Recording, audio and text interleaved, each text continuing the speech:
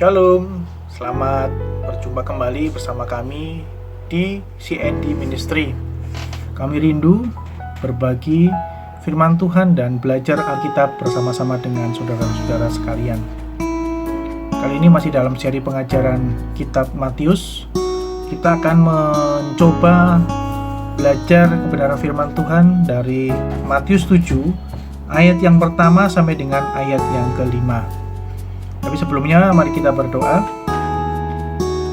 Bapa yang kami puji dan kami sembah, kami bersyukur Tuhan hari ini juga masih Engkau berikan kami kesehatan. Kalaupun kami ada banyak pikiran, banyak pergumulan dalam hidup kami Tuhan, kami percaya hanya Engkau lah sumber kekuatan dan sumber kebenaran.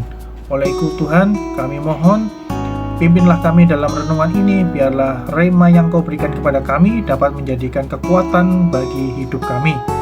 Terima kasih Tuhan, sembunyikan hamba-Mu di balik salib. Roh Kudus, bukakanlah mata hati kami agar mengerti firman yang ingin Kau sampaikan kepada kami. Di dalam nama Tuhan Yesus, kami telah berdoa dan beriman kepada Tuhan kami, Yesus Kristus. Amin. Baik Bapak Ibu, kita akan membaca dari kitab Matius pasal yang ke-7 ayat yang pertama sampai dengan kelima. Saya akan coba membacakan. Hal menghakimi. Jangan kamu menghakimi supaya kamu tidak dihakimi. Karena dengan penghakiman yang kamu pakai untuk menghakimi, kamu akan dihakimi, dan ukuran yang kamu pakai untuk mengukur akan diukurkan kepadamu. Mengapa engkau melihat selumbar di mata saudaramu, sedangkan balok di dalam matamu tidak engkau ketahui? Bagaimanakah engkau dapat berkata kepada saudaramu, biarlah aku mengeluarkan selumbar itu dari matamu, padahal ada balok di dalam matamu?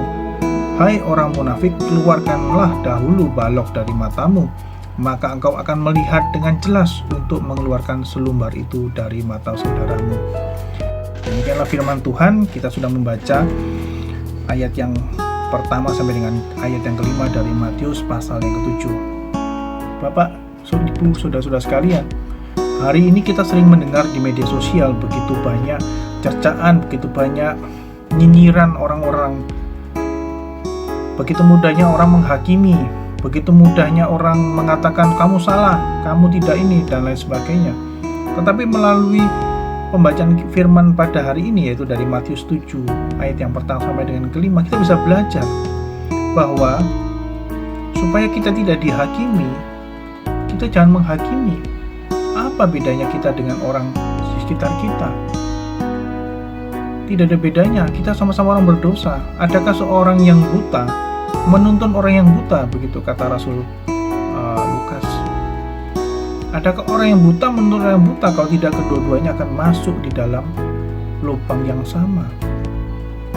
Ya, jadi kita harus berhenti mengatakan bahwa saya lebih baik daripada kamu. Tidak, kita semua orang berdosa. Kita semua sudah masuk di dalam api neraka. Tetapi oleh karena kebaikan Tuhan, Allah Bapa di surga mengirim putranya, yaitu Tuhan Yesus, untuk menjadi pendamai antara kita dengan Tuhan kita. Sehingga pada hari ini, saudara-saudara sekalian, kita telah diselamatkan oleh kasih karunia. Jadi tidak ada lagi kita bisa bermegah atas usaha kita. Tidak bisa. Apa yang bisa saya banggakan? Sehebat-hebatnya saya tetap adalah orang yang akan masuk neraka. Tetapi Tuhan yang begitu baik dan mengirimkan. Kalau kita baca di firman Tuhan juga ada bagaimana seorang yang berhutang kepada raja dan dia tidak bisa membayar, dan akhirnya dia harus mengakui di hadapan raja itu bahwa dia tidak punya uang. Dan akhirnya raja tergerak oleh belas kasihnya mengampuni dan menghapuskan utang-utangnya. Tetapi ketika hamba tadi keluar dan bertemu dengan temannya yang juga berhutang, yang lebih sedikit daripada hutang dia kepada raja, tapi dia kejar orang itu dan dia paksa dan dia cekek kalau tidak bayar. Akhirnya sampailah berita itu kepada raja, dan raja begitu marah. Kenapa? Kamu sudah diampuni, mengapa masih mencari-cari kesalahan orang lain? Kamu diampuni bukan karena kamu berbuat baik, tapi karena Tuhan kita mengasihi kita. Oleh karena itu, kita tidak boleh menghakimi kepada siapapun. Kalau di dalam surat Roma itu mengatakan bahwa Tetapi engkau mengapakah menghakimi saudaramu? Atau mengapa engkau menghina saudaramu? Sebab kita semua sama harus menghadap tahta Allah pada akhirnya nanti. Itu Roma 14 ayat yang ke-10. Jadi Bapak dan Ibu, saudara-saudara sekalian, kita diingatkan jangan kita menghakimi. Jangan mudah kita mengatakan bahwa kamu bersalah, saya yang betul. Tidak. Ketika kita juga membaca firman Tuhan, kita lihat bagaimana ketika ada seorang wanita yang berbuat zina, siapa yang melempar batu yang pertama kalau dia tidak berbuat dosa? Tapi tidak ada yang melempar. Semua takut, semua tahu punya dosa. Kita semua tahu kita punya dosa. Tetapi setan yang ada di dalam hati kita selalu mengatakan, itu loh orangnya begini, itu loh orangnya begitu. Tapi kalau kita bersama Roh Kudus, kita tahu tidak ada kesempatan untuk kita menghakimi orang lain. Kita harus dipenuhi dengan kasih, karena buah-buah daripada Roh Kudus di dalam hati kita ada kasih, sabar, lemah lembut, pengandaian diri, sukacita, damai sejahtera, ya. Itu semua harus ada di dalam diri kita. Kita tidak ingin bermusuhan dengan siapapun. Entah seagama, entah berbeda agama, tidak ada yang saling menjelekkan. Oh, saya dapat karunia ini, saya merasa lebih hebat. Tidak.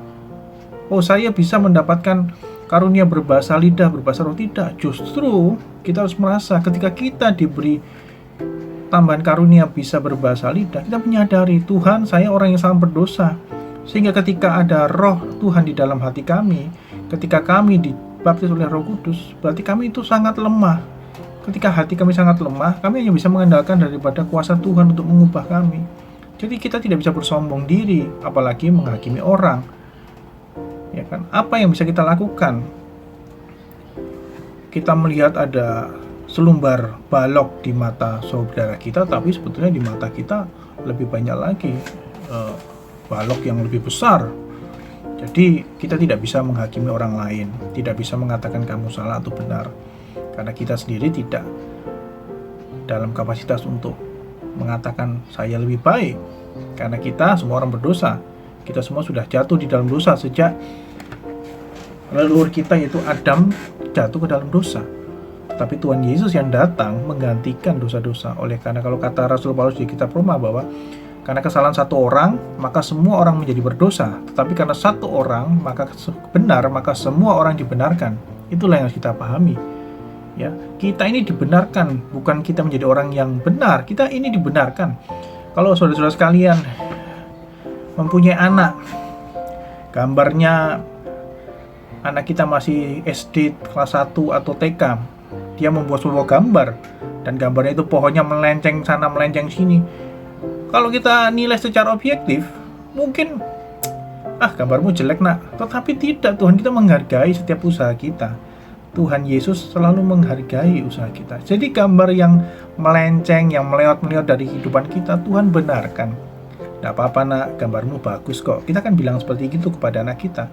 Apalagi Bapa kita di surga, kita sudah diampuni segala kesalahan kita, ya sudah, tidak apa-apa. Mungkin seperti itulah Tuhan kata. Tetapi jangan ulang lagi seperti Tuhan Yesus ketika bersama wanita tuna susila itu yang berbuat zina, dong. Pergilah dan jangan ulangi lagi. Jangan berbuat dosa lagi. Kalau kita merasa terus kita sudah hebat, terus kita menghakimi orang lain, kita sendiri loh seperti wanita yang dursila tadi, yang sudah berbuat zina. Hidup kita sama, tidak lebih baik daripada orang lain. Oleh karena itu Bapak Ibu, saya akan memberikan 3 poin yang sederhana untuk Bapak dan Ibu, saudara-saudara sekalian mengerti bahwa satu, ketika kita menghakimi, maka Tuhan akan menghakimi dengan menggunakan takaran yang sama. Yang kedua, sadarlah bahwa kita itu berdosa dan hanya oleh karena kasih Tuhan kita dibenarkan dan diampuni. Jadi tidak bisa kita bermegah diri. Yang ketiga, jangan pernah melihat orang lain lebih rendah dari kita, karena kita semua adalah sama, adalah penuh dengan dosa. Jadi Bapak Ibu, saudara-saudara sekalian, mulai hari ini kalau ada yang masih sering membicarakan tentang orang lain, masih sering menyinyiri orang lain, apalagi kalau sering mengisi di media sosial dengan hal-hal yang kurang baik, mari, Tuhan ingin kita sadar, tidak sepantasnya kita anak-anak Tuhan yang sudah diselamatkan oleh karena kasih karunia, oleh karena belas kasih dari Tuhan, bukan karena usaha kita, ayo stop, hentikan, jangan diteruskan karena tidak berkenan di hadapan Tuhan. Itulah yang namanya kita mengikuti kehendak Bapa di surga. Jangan ikuti dunia, jangan menjadi serupa dengan dunia. Kita adalah anak-anak Allah. Kita hidup oleh karena roh, yaitu roh Allah yang ada di dalam hati kita. Kita berbeda. Meskipun itu tidak adil, meskipun mungkin Bapak dan Ibu melihat, aduh, sepertinya ini nggak benar. Doakan. Doa orang benar, jika didoakan dengan cara yang benar, maka besar manfaatnya, besar kuasanya. Kalau Bapak Ibu Saudara sekalian ada kesakitan dengan saudara kita, dengan rekan kantor kita, jangan kita menjumpai, jangan kita menjelek-jelekan, berarti kita serupa dengan dunia. Kita harus mendoakan. Saya juga belajar seperti itu kok, mendoakan. Lihat, ketika kita mendoakan dan pasrah pada Tuhan, maka akan ada kelegaan dalam hati. Tuhan Yesus mengajarkan, kalau pipi kananmu ditempeleng, berikan pipi kirimu. Kalau orang itu tidak punya baju, berikan jubahmu. Kita tidak boleh menghakimi, tidak boleh, karena hal menghakimi adalah, hal pembalasan adalah haknya Tuhan, bukan hak kita. Hak kita hanya berdoa. Seperti Tuhan Yesus waktu di kayu salib, dia tidak pernah marah dengan orang itu. Dia hanya berdoa, dia Tuhan ampunilah, mereka tidak tahu apa yang mereka berbuat. Begitu juga dengan Stefanus yang dilempar batu, tapi dia tidak mau marah, dia mengampuni. Ingat, rumah kita bukan di dunia. Di dunia kita hanya mengembangkan talenta, agar suatu hari nanti kita akan bertemu dengan pencipta kita di kerajaan surga, bukan di neraka. Jangan turuti si jahat iblis, karena dia akan selalu berusaha mengganggu pikiran kita dengan kata-kata yang sangat-sangat mengganggu dan sangat merendahkan kita. Dia akan mendakwa terus. Jangan ikuti. Bacalah firman Tuhan agar kita dikuatkan. Oke, saudara sekalian, terima kasih dan sampai jumpa di seri pengajaran yang berikut dari kitab Matius. Tuhan Yesus memberkati. Sampai jumpa.